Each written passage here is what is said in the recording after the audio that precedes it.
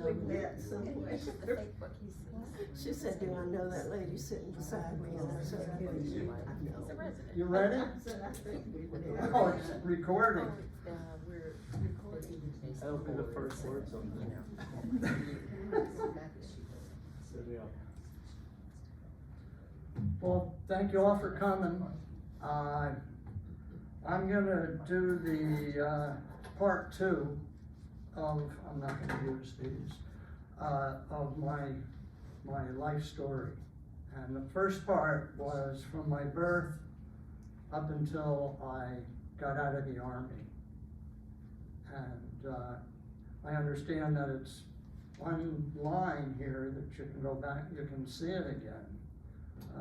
I won't look at it. But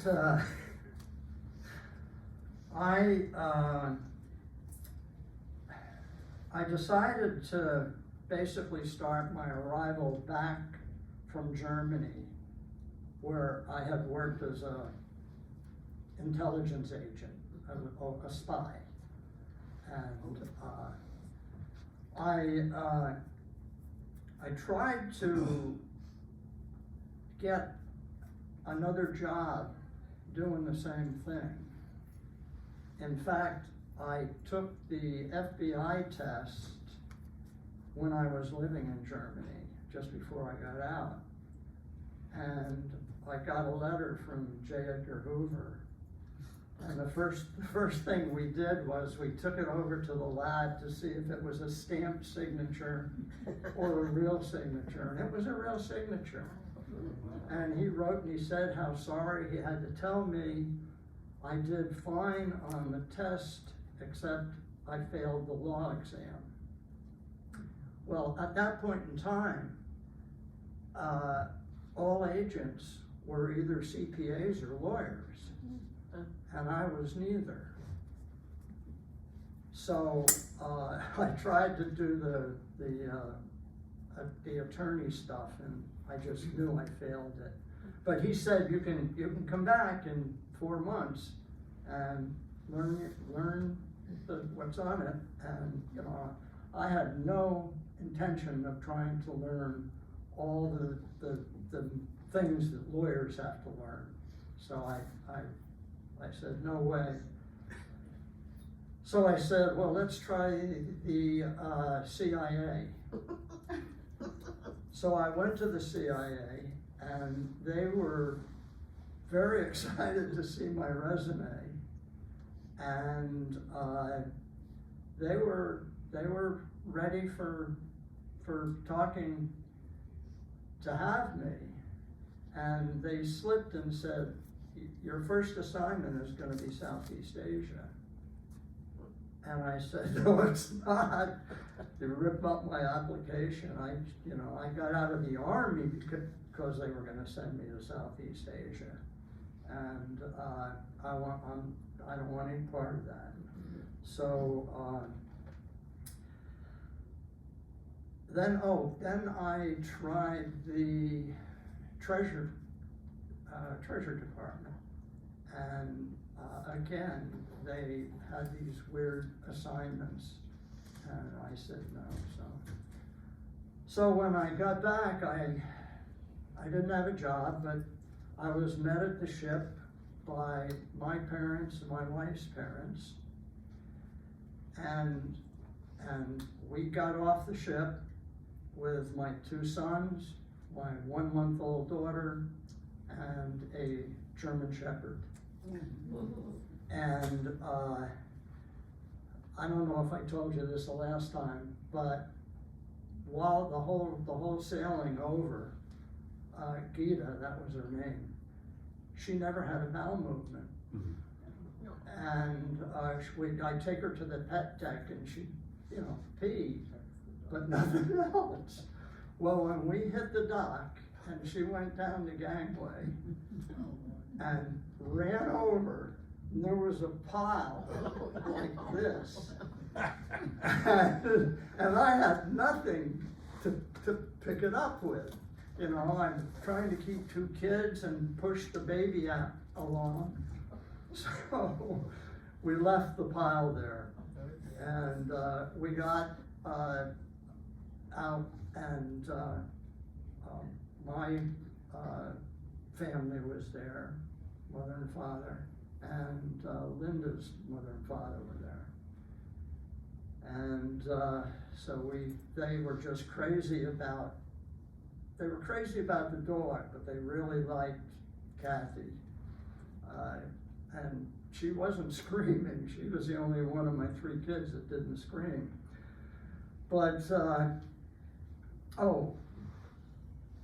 40 years ago, my in-laws,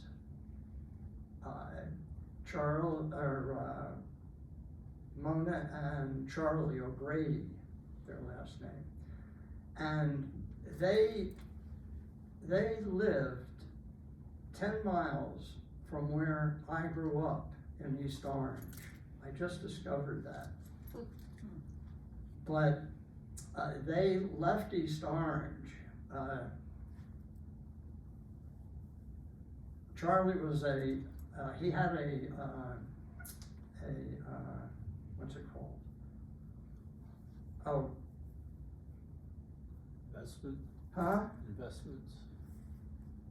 No, it's where you melt steel, metal. Foundry. Huh? Foundry. A foundry. He owned a foundry. And, he came back home one night, and his wife was the #1 paid model in New York. Wow. And she modeled Eleanor Roosevelt's inauguration gown. So she was right up there, making a lot of money. And Charlie comes home and says, "Honey, we're moving." And she said, "Moving?" He said, "Yes, my father and mother and I bought a dairy farm." And, needless to say, Mona was very surprised. But they did buy the dairy farm in Tranquility, New Jersey. And, my parents had a summer home at Cranberry Lake, New Jersey, which was 10 miles from Tranquility. So, you can imagine, and I didn't know my future wife, and so anyhow, there are too many coincidences, but, my family, when we lived in East Orange, New Jersey, we were in a pre-American Revolutionary home, and it was gorgeous. I mean, very nice. However, the area went downhill quite rapidly. And I didn't know this was going on when I was in Germany. And they decided that they were gonna sell. So I come home and East Orange house is gone, it's sold. And it would surprise the devil out of me, but it happens. So they moved to Tranquility, and they had a dairy farm. And my wife told me that when she was 6 or 7 or 8 years old, she and her brother used to stand outside 5 o'clock in the morning when the cows were coming in to make sure no bulls came in, and for the milking. So anyhow, long story short, they moved up there. So when we came to I came back, I was going to Cranberry Lake, and of course they were right 5 miles away in Tranquility. And the Tranquility had a huge house. It was, Drake's Cakes. Ever heard of them? No? Yep. They're big on the East Coast. Huh? Yeah. Yeah, Drake's. Well, they owned the property, and they had this huge house, and then they had another house. Well, my grandmother and father-in-law, lived in the house, and Charles and Mona lived in the small house. Well, the big house had a whole area that one of the other relatives were in and passed away. So my family got that, and we moved in, and obviously without a whole lot. After you spend the time in the Army, you don't gather a lot of stuff, since your furniture and everything is provided for you. So we off we go to Tranquility.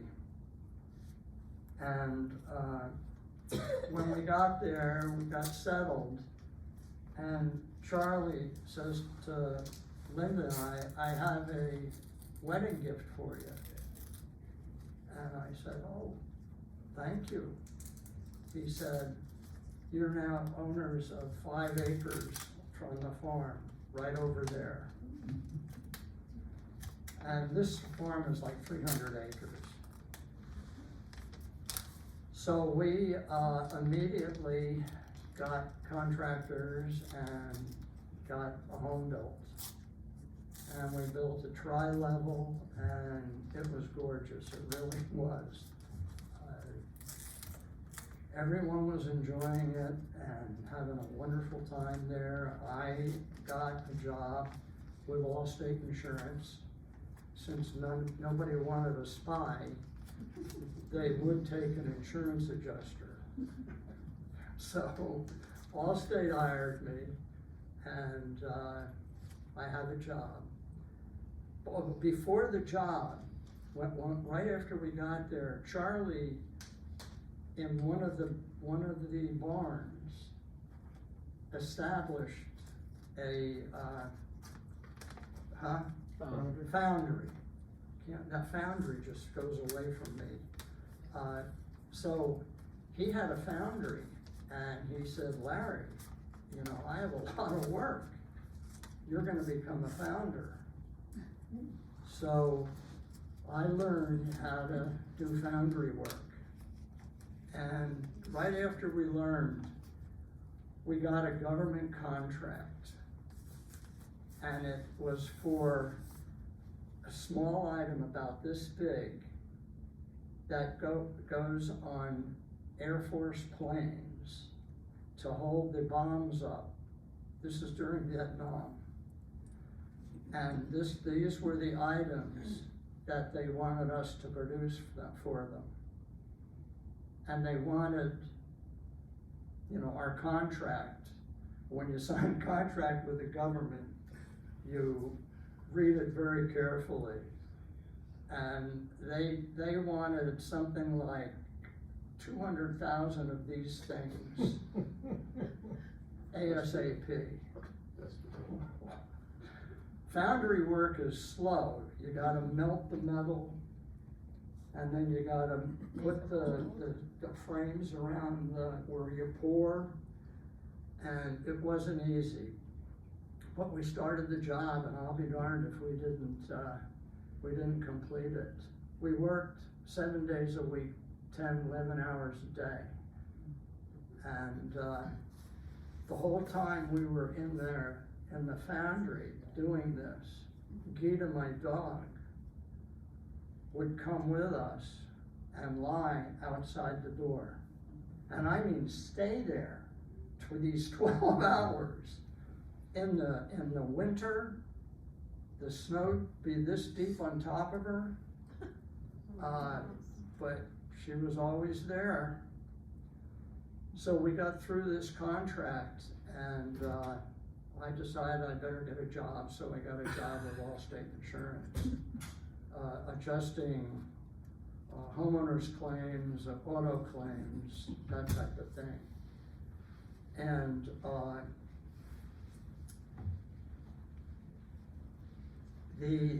while I was working, Christmas was coming, and we said, why don't we breed Gita? You know, she's got papers that you wouldn't believe from Germany. Her sire was the national champion of the Deutscher Schäferhunds. So we have Gita, so we decide we're gonna breed her, and we're gonna make a fortune selling the puppies. So we did that, and one morning about 3 a.m., we hear this awful noise, and Gita is up on our brand new couch, having 9 puppies. That was not a good decision to make. So we had these puppies, and we put ads in all the papers and everything. Nothing. Not a damn thing. And I'm thinking, we have these 8 puppies. What do we do? And they're down in the downstairs, and they're eating the sheetrock as far up as they could. So, and finally, my mom took one of them. My second cousin took one, and then I had the rest. So I was working, about 30 minutes from where my home was, up in Tranquility. And so Linda and I get this big cardboard box, put it in the back seat of my company car. And since I'm a new employee, I got a new car. So I got a beautiful Ford. We put the box in there, put the 6 puppies in the box, and I'm in my business suit because I'm going to work as soon as I drop them off at the place where that is taking them, and we take off. Well, we didn't go 10 miles, 5 miles, until they somehow ate their way out of the box, and they're all over the car, in the back, in the front seat. They're peeing, they're pooping in my new car, and I'm going to the office.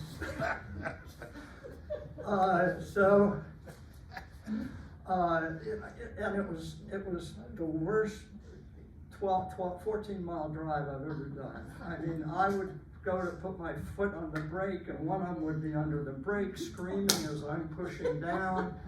It was not a good thing, but we finally got done with Gita's puppies, and and after, like months after, I got a phone call, and some guy was on the phone saying, did I buy one of your dog's puppies? And I said, yes. And he said, do you know what his papers are? And I said, yeah, I do. His sire was a national champion. And the guy couldn't believe it. I said, how much did you pay for? I said, don't tell me. So, but the dogs all got purchased, and everybody was happy. I had a decent job at Allstate. And then Uncle Leonard, my wife's uncle, decides to come for a visit. And he's from California. He's from Fremont, California. And he is the owner of a 200-unit apartment complex. And he's telling my wife, come to California. And I'm saying, what? Well, for what? And he said, you will be in charge of all maintenance, and Linda will run it, and it'll be so much nicer for me. And I thought, no, good job, we got a beautiful home, everybody's happy. No. Linda says, we have to go. So, the first thing I do is I trade cars with my father-in-law. I brought back a very nice Volkswagen station wagon. It was the first one, I think, that came to America because they weren't selling it over there. So when I bought it, and brought it home, everybody on the road was saying, where did you get that car? And it was a beautiful little thing, but not to have 3 kids and a German Shepherd driving across America was not my idea of having a nice trip. So I traded cars with my father-in-law, and it was either a Dodge or a Chrysler. I think it was a Dodge wagon, and it was an older one. So and then we rented about a 24-foot motorhome to pull behind trailer to pull what we didn't sell. I mean, we sold the house almost furnished, and off we head for California. Well, having 3 infant children, small, young children, and a big dog in the car, and we go 10 miles, and the kids are saying, are we there yet? and my 2 sons cried a lot and got in fights and stuff. You know how it goes with small kids. And I thought, here we go. It's going to be about 10 days getting there. And so we took off, and we finally made it. And my promise was that when we got there, we would not go to San Francisco. We would go in that south, and the kids could go to Disneyland. So that was calmed them down a little bit. So we got to not yet to California, and we had to go over the Grapevine. And the Grapevine is this road, it's a highway, it's a 4-lane highway each way, that goes up, all the way up the Alps, not the Alps, but the, Rockies. And then down the other side, down into the California metropolitan area. So we got up to the top of the pass, and we were going over it and starting down, and it's pretty steep. And what it has is, for trucks, for the big trucks that run away, they have these things off to the side that, they can go flying in there, and it's all whatever they put in to stop them. So I'm halfway down, and pumping brakes the way you're supposed to, and then all of a sudden the brake pedal goes to the floor. And I mean, there wasn't a lot of traffic because it was very early in the morning, but I'll tell you, I watched the speedometer start climbing up, and I've got this trailer I'm pulling that's doing a little whipping, and even the kids became dead silence. They just no noise in the car. Even the dog was quiet. Except me, I was dying inside, thinking, when are we, and I'm flying down, and it goes around this way, and then it goes around this way, and then finally, we're over 100 miles an hour pulling a trailer. And we get to the bottom and level out, and I pulled over, and I just about passed out. And as I was going back to check everything to see if we could continue on our final voyage over here, and I go back and I look, and one of the tires on the trailer had this huge bulge coming out. And I thought, my God, if that thing would have blown going down this mountain, we wouldn't be here. But we went to Disneyland, and we went in the Disney Hotel, and the kids stayed in the car, and my wife stayed in the car, and I go in to make reservations, and then I find out how much it costs. I also didn't give up my job with Allstate. I'm on a leave of absence now, so I'm not getting paid. And I come out to the car and I say, well, kids, we can't stay at this hotel, and they're all yelling, and even my wife, you promised the kids. So we went and found another motel, and went in, got there, and the kids had a ball at Disneyland, and I was recuperating. And then, so then we head up the coast to San Francisco, and we get to our new home, which was beautiful. It was on a hill just outside of Oakland, and you look down under the bay and then San Francisco. And so we were in charge of this 200-unit apartment complex, and neither Linda nor I had any idea what that entails. But I won't go into and bore you on what it does entail. Excuse me, you cannot put your motorcycle in the living room. Well, I know I'm gonna leave it outside, you don't have a garage, that type of stuff. So, we did quite well. I had one project where I had to replace a electric oven, and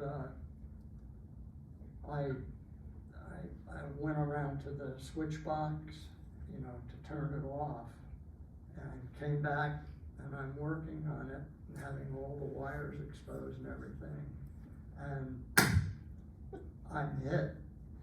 Throws me back against the wall. One of the little kids saw me throw the switch and wondered what that was, and threw it the other way, and damn near electrocuted me. So I wasn't real happy with that job. However, to make things even worse, my wife is acting very strange. And I thought, what is going on? So I put my spy hat back on, and I hated to do it with her, but I followed her without her knowledge, and I eventually found out that Linda is having an affair with our dentist.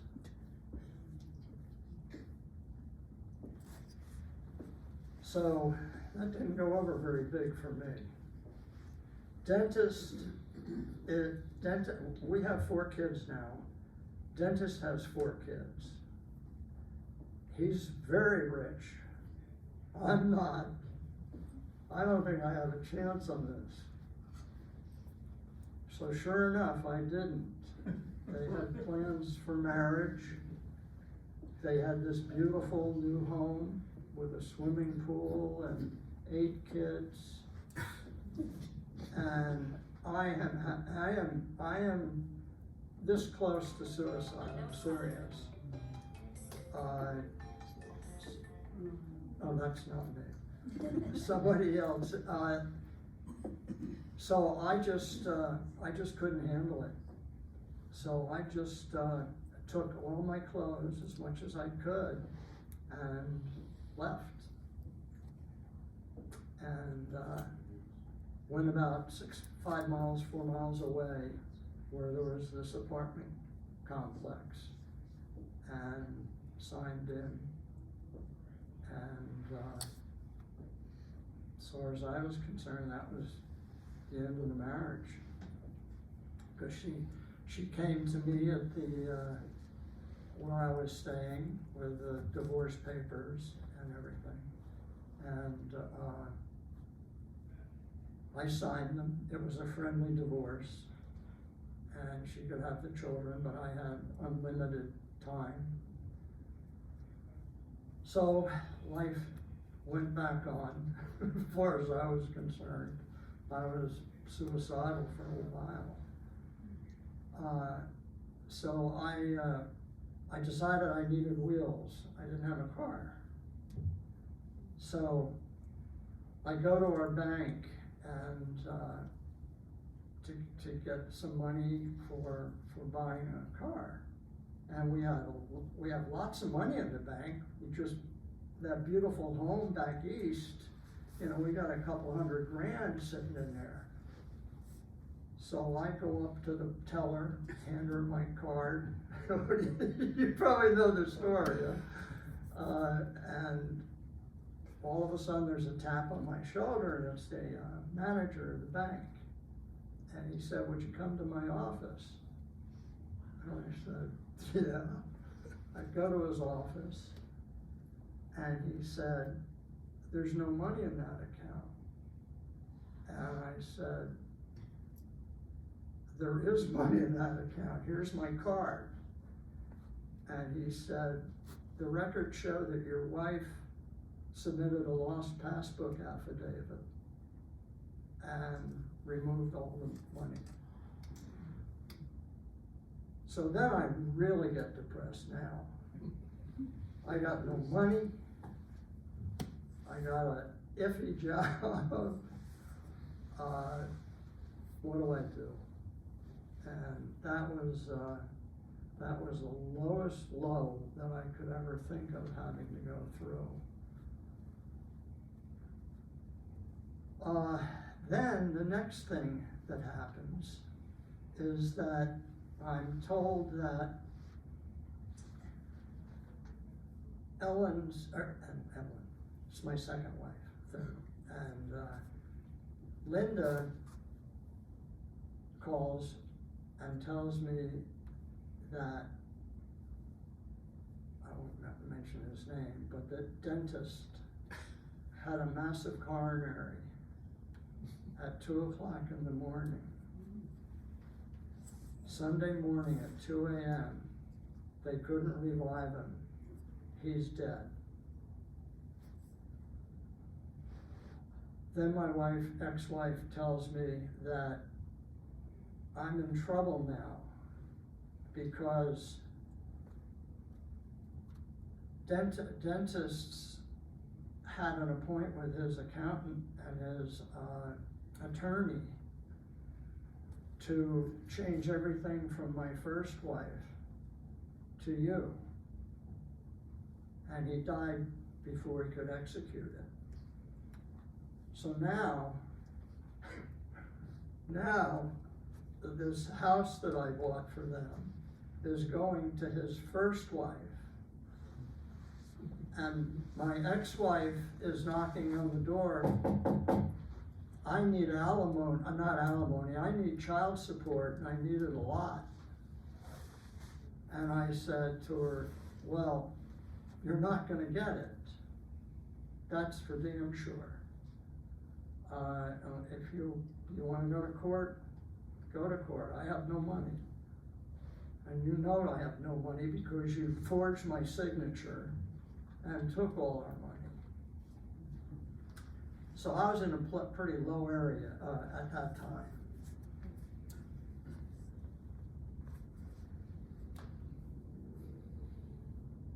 So we had our friendly divorce, and she's thrown out of the house. First wife gets the house. So she says, "How are you gonna help me?" And I said, "I'll do whatever is necessary for the children, but I ain't helping you." So I was real down at that time, and then I was working in San Francisco, and I was in the financial district, and every Friday after work, everybody in the financial district would go over to this place where they have these great bars, and it's party time. So I decided to go over. Oh no, I know.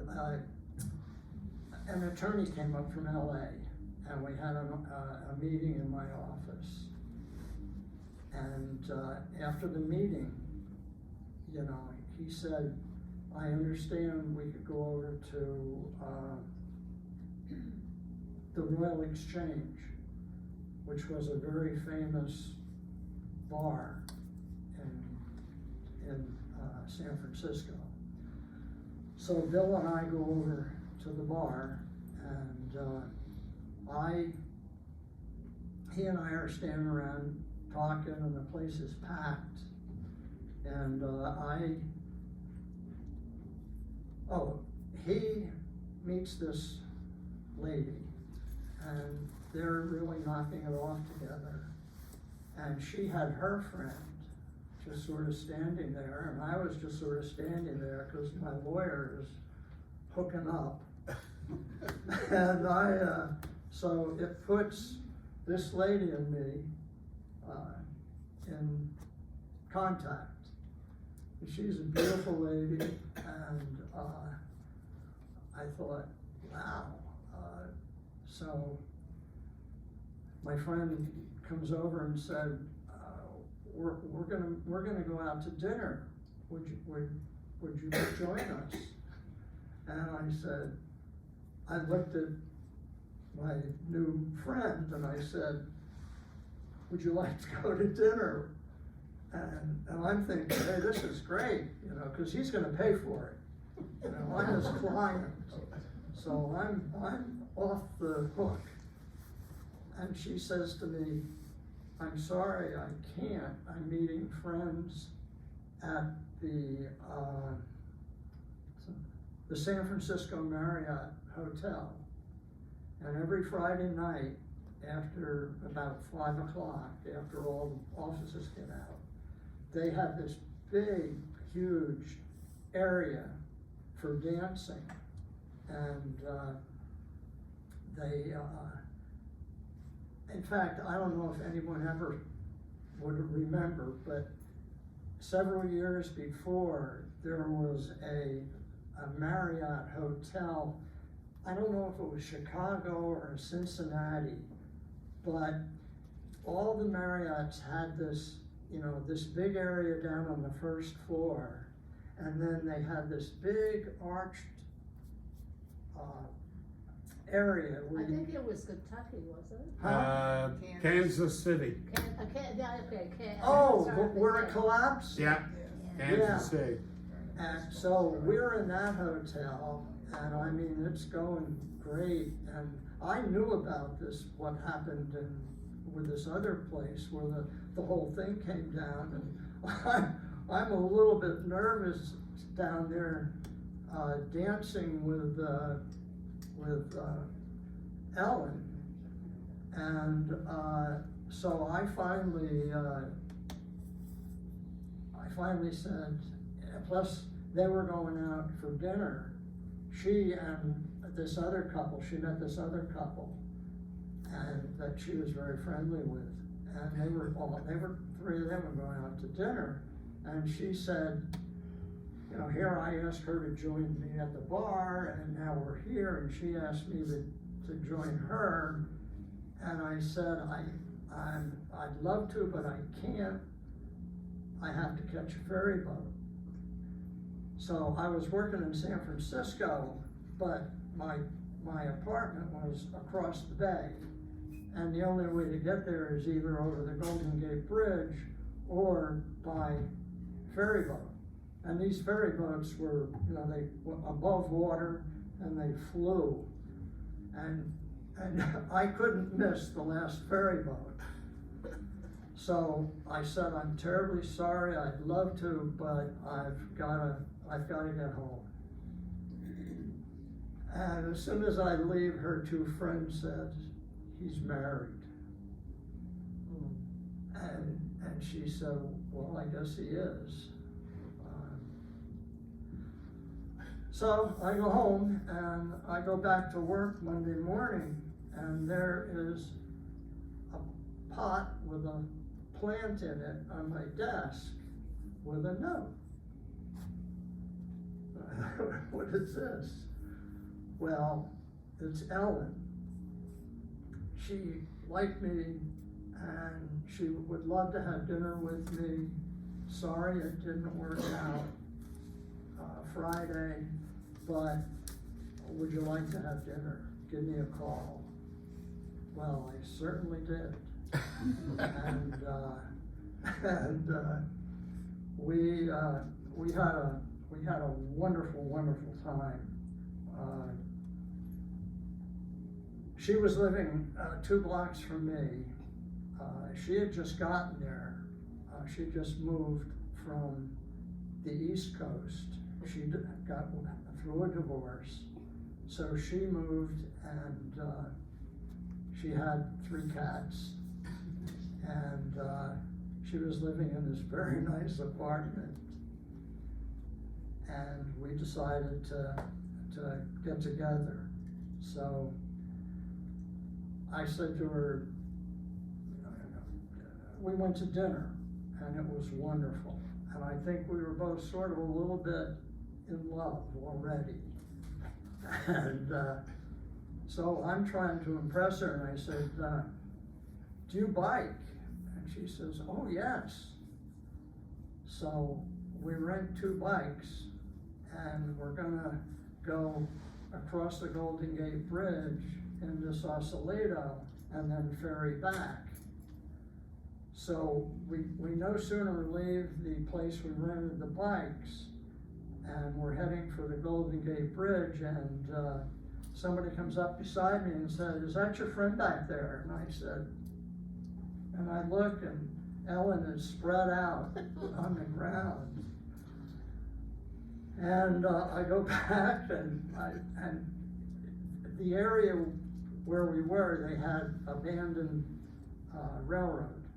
So the railroad ties, tracks, were in it, and her wheel got caught in it, and she went over. And she got up, she was okay. We went across the Golden Gate Bridge, we got the boat back, the ferry boat, and we had a good time. So the next thing I decide to ask her is, do you, what was it? Oh, do you like to skate, roller skates? She says, oh, I love to roller skate. So we went to Golden Gate Park and rented skates, and we hadn't pulled out of the station where they gave us the skates that I hear this screeching brake behind me, and Ellen had fallen off her skates and gone out in the street. And I said, do you ski? You know. So she said, I I've skied once, I'd love to. So we go up to, the mountains and, go to, I forget the name of the ski area, but it's where the Olympics were held, like in the 50s. Huh? Palisades. Palisades. Yeah. Squaw Valley? Huh? Squaw Valley? Squaw Valley, Squaw Valley. that's where we're going. So we're on the beginner slope and you know, the thing that pulls you up. And I am a phenomenal skier. And she's doing really pretty well, you know, I'm showing her and everything. And I said, you wanna go up a little higher? And she said, she was looking at the toe going up. And she said, oh, that really looks exciting. So we get on and we get off and you got, it was called Gun Barrel, was the way down. She looked down and I thought, oh, this is not gonna be a good thing. Well, she started and immediately fell and rolled out of her skis. And so we went back up and she got on the big thing that you get into. Yeah, and she went back down and I skied a little bit and that was the end of our exercising. I thought there was one other thing. Golden Gate Bridge, bike skating. Oh, mountain climbing.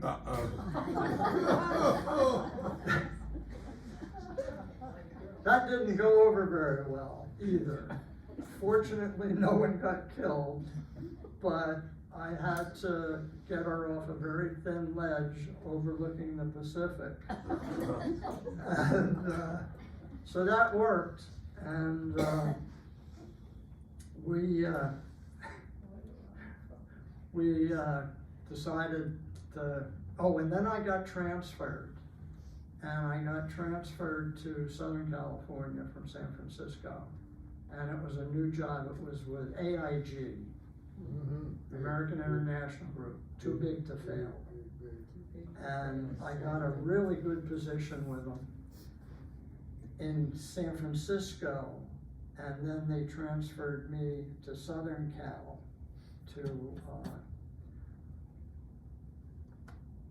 and I got the job, and I find out that my 2 assistant managers are on the take with law firms.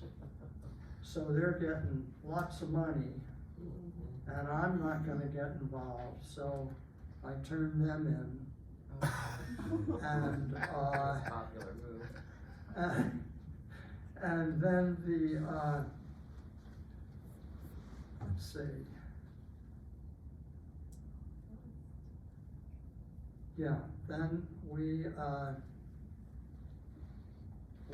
didn't do that kind of stuff again. But we did buy a house, a beautiful house, in,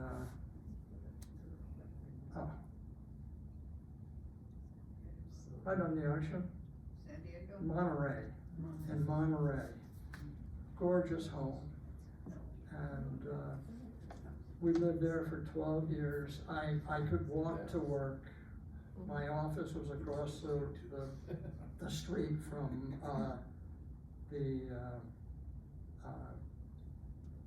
the big Aquarium?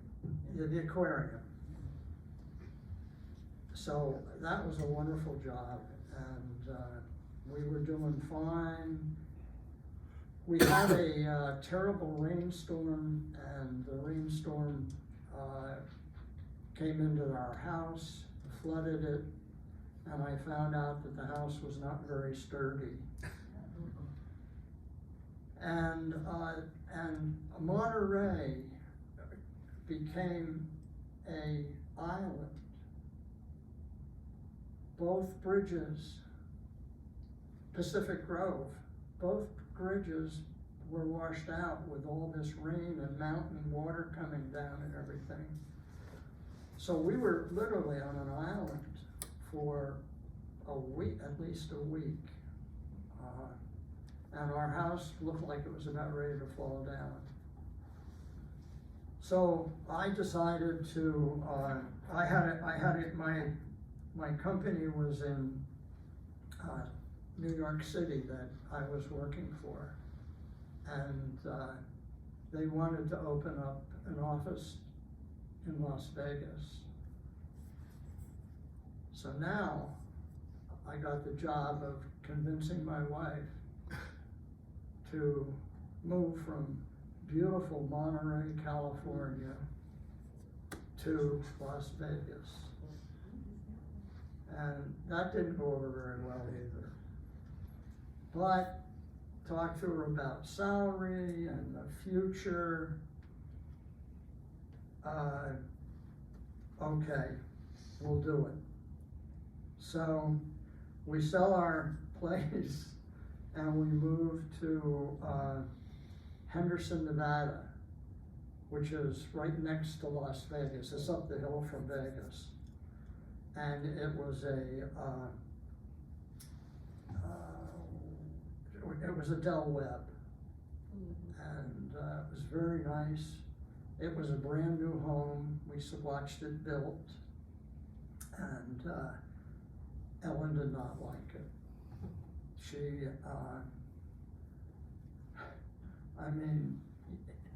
and to go anywhere there, you had to go down to the Strip. And the Strip wasn't a real nice place, even in those days. But we lasted 1 year, 3 months, and 12 days. And so we had to blow Vegas and let's go back to San Francisco. So we went back and we got another Del Webb there in Roseville. in Roseville, California. And it was just like where we're living now. It was assisted living, independent living, memory care, and it's just what, I forgot, I missed something, which maybe it should have probably been. I'm thinking now, when in 2008, I was having memory issues.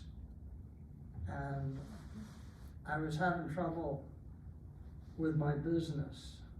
I had business all over the country, Hawaii, and I had to keep track of law firms, and I had huge claims. The Twin Towers were mine. My client was the structural engineer on the Twin Towers. And when they went down, of course it was his fault. They weren't structurally sound or they wouldn't have collapsed. So I'm dealing with the 2 towers that collapsed, and they want billions of dollars. And I have a big insurance company that's up in Canada that I'm working for. And it was not a good thing, but I decided that my memory was going, and I wasn't going to be able to keep this up. So I was getting ready to resign from the company. Well, just before I was put my resignation in, I found out that they were having a Greek Isle cruise for their high-paying, high-producing agents. So they asked me if I would go along, my wife and I. Well, that was a no-brainer. So we went on this gorgeous cruise, hopping from island to island. Everything's paid for by my company. And it was wonderful. Got home, Ellen went, back to the house. I stayed in New York to turn in my resignation. So here I just go on this beautiful cruise, right, that they pay for, and here's my resignation. So I resigned, and we spent the next 8 or 9 years, we bought a motorhome, and we had 2 cats, a dog, and an Amazon parrot. And 10 months out of the year, we traveled. And it was wonderful. And when we weren't traveling, we had not jobs, but we had positions with the Oregon Parks and Recreation Department to do lighthouse tours on the coast. So for 4 or 5 years, we did lighthouse tours, and a couple of times we were the park managers. I'd rather do lighthouse tours than deal with people staying in the park, but it was incredible. But then my memory was still going downhill, so I took a test, and back then you had to be selected for the test for Alzheimer's, because the test was something like $12,000, and it was covered by the government, and I got in just under the line before the time that they said, we can't do this anymore. And I got tested positive, and after a while, when I went into the doctor's office, I was talking to Ellen. I said, I'm gonna ask him, how much time do I have? And she says, no, you're not. You don't wanna know, I don't wanna know. We go to the doctor, and I've been going to this doctor for several years, and I know him, and we were good friends, and I said to him, I know you're not supposed to tell me this. I was a paramedic for several years, and I'm gonna ask you, how long do I have? And he said, you have a pretty advanced case, and you've got 3 to 5 years. And that was 6 years ago. So, my time is almost up, but I want to pitch, not pitching Alzheimer's, don't worry.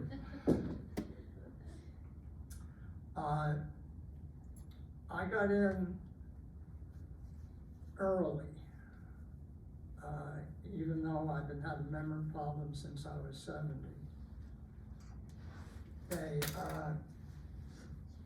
They prescribed, and I'm now taking 3 Alzheimer's drugs.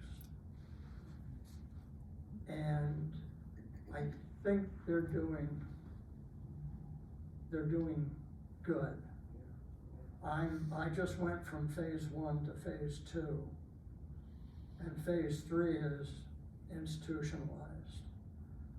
So, and a lot of stuff is coming out almost every day from the Alzheimer's Association and all the things that they're coming up with. And I just want to preach that if someone here or someone you know is having memory issues, don't ignore them and say it's age. I highly recommend. Now they have a test. I went through the one that was all that money, I didn't pay it. The government picked it up because it was a test. Now they have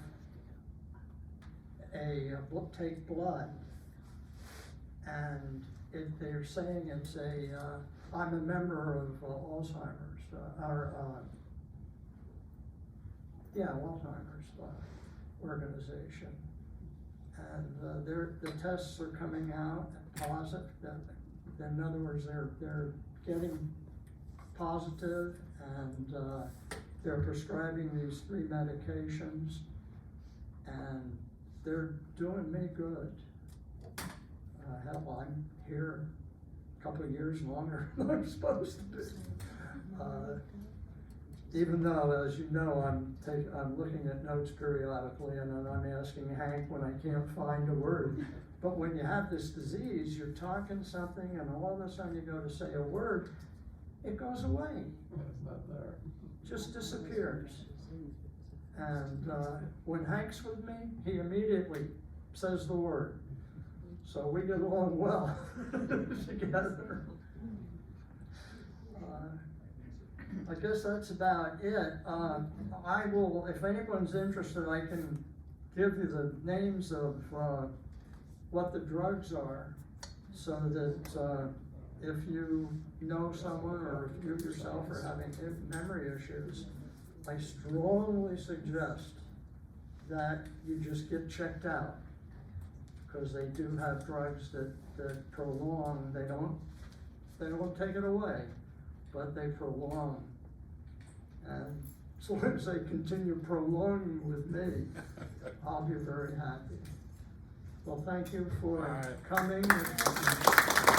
Any questions When you said you didn't want to go to Southeast Asia, did you mean Vietnam? Yes. Oh, because I was thinking of Singapore, Hong Kong. Oh. Those are great places. Oh, I thought, no. why didn't you want to go there? No, Yeah, I it was- would it be was going Vietnam. undercover to Vietnam. Oh, yeah. Well, I could be undercover in Russia. See, I was being groomed for a position of Assistant Secretary of whatever at the Moscow embassy. But I would really be a spy. And I don't think I mentioned this, but when I was at the Officers Club and going through a year of Russian training, I sat down at the bar at the Officers Club, and this guy sat down next to me, and we started talking. And it ended up that he was coming back from the position that I was being trained for. Oh. And he said to me, "Are you married?" I said, "Yes." "You had children?" "Yes." "Don't take this job, because it's a 4+ years over there. I'm not gonna leave my family in America." And so that's when I said, I don't want any more training in Russian, and I want out. And they sent me to Germany, and I was a spy over there. And then when they said, now your next stop's gonna be Nam, I said, I'm out. So, no, it was Vietnam. And I wanted now. Hank and I didn't we have? Yeah, we had plans to go to Vietnam, and But on the Mekong River. Mekong River. What happened? COVID. Oh, COVID got us and said, you can't go, so. So you went to Israel instead? So we haven't been there yet, but you never know. As long as this thing keeps going up here, I wanna travel. And I don't wanna travel on our last travel, which was, to me, an absolute failure. Hank got COVID again on the cruise. The cruise was a cruise that never should have gone. I've gone on a lot of cruises, and this was one that was really a cruise that went to the South Pole. So it was built to go in ice and go to all that stuff. And this was a return of it from, where do we pick it up? In Chile, Chile, up to, Fort Lauderdale. from Fort Lauderdale. And, the ship was not built to have someone like us who, oh, where's the pool?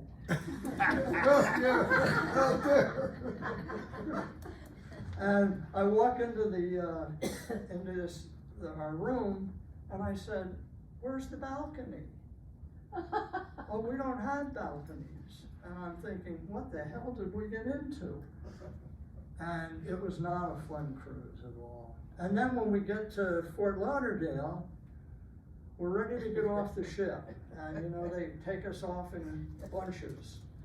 Well, all of a sudden one bunch, no, there's been a delay.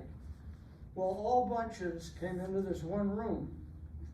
And all of a sudden they say, we got approval, we'll be offloading. Well, they couldn't offload because 24 inches of rain had just fallen, and everything was flooded. The roads, everything. And that was the end of a trip that wasn't really all that great to begin with. And then, you know, well, how are we gonna get out of here? And the dogs are in the kennel, and can they keep them? I mean, it just went on and on and on. But our next trip's gonna be wonderful. Wipe all that out, yeah.